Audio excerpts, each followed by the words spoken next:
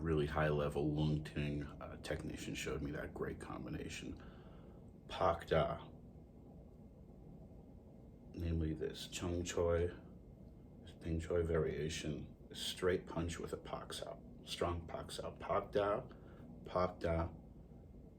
and Pak Sao with an elbow. It's against three straight punches I have to show you in combination. It's incredible.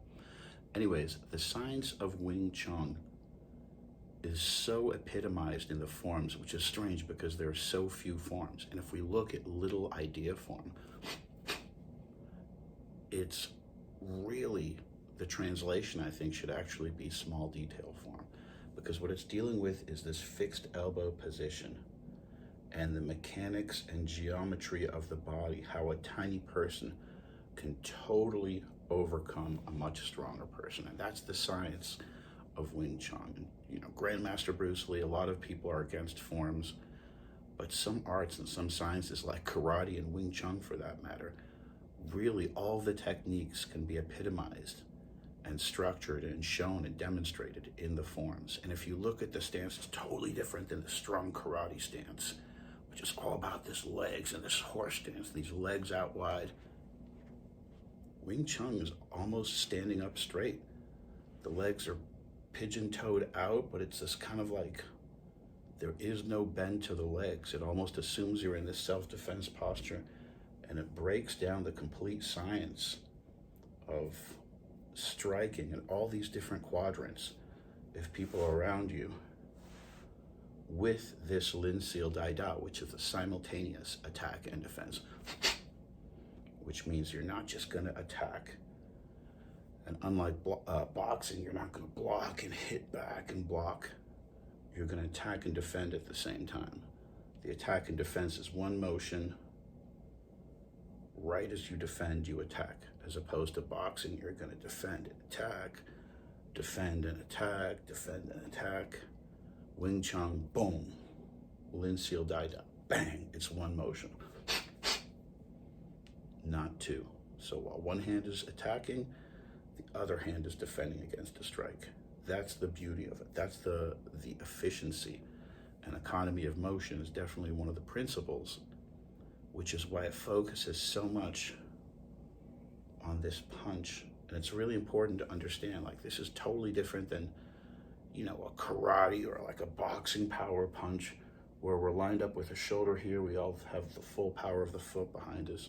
Like I said, this doesn't come from a low athletic stance with the gluteal chain, the lower back, the quads and hips. It almost assumes you're in a terrible position, like you're standing with your kids in an elevator. That's what I always say. And somebody comes and attacks you. Like, there is no time to get into a rhythm and a perfect boxing stance like that. You have to defend, and there's no room to move backwards. So that's really the idea of Wing Chun. It's a very, very direct system. Like I was saying, when we look at this punch, this straight punch, it's not like these other systems where it comes from out here and the body and the feet are involved. Wing Chun, keep in mind, it's not out here, it's with this channel of the body, so it's very hard to see. It's also this vertical punch. It doesn't have nearly as much power as this horizontal punch, of course, but it's a lot sneakier. It's a lot quicker, and even the heavyweight bare knuckle champ who I used to hang out with all the time says that on occasion, 1 out of every 4 punches, when he's in there fighting with these bare knuckle matches, he'll slip in this non-telegraphic vertical fist instead of the horizontal one, because it gets in. It doesn't have as much power, but it's sneaky and it gets in, and it's very, very hard to see. Especially if you're doing it not from this formal stance, but just from a practical self-defense standpoint, from the hip, just reaching up like you're going to shake somebody's hand. I mean, it's devastating. Like I said, of course, it's not as much power as you can load your elbow, get it in front of your body, turn it over and turn your shoulder in. But that's not the idea of this punch. The idea of this punch is you're in a compromised position. What if you're sitting in a car? somebody next to you pulls a weapon, you can't turn your shoulders over. You have to use these back fists. You have to use chops. You have to be nasty and use gouges and tears and stuff like that to control the situation. So that's the idea. It's vicious, dirty fighting, as they say, like not fair fighting, but in a very scientific manner, because it's all predicated on these gates and the center line principle, which divides the body into different quadrants, which are defended with these different, what they call sows. And a sow just means hand. So we have tan sao, for instance, and pak sao. Pak da, and anything da means strike. So we have pak sao, and pak da. Pak sao, pairing hand, and pak da. Pak da in combination. Gang sao and gang da.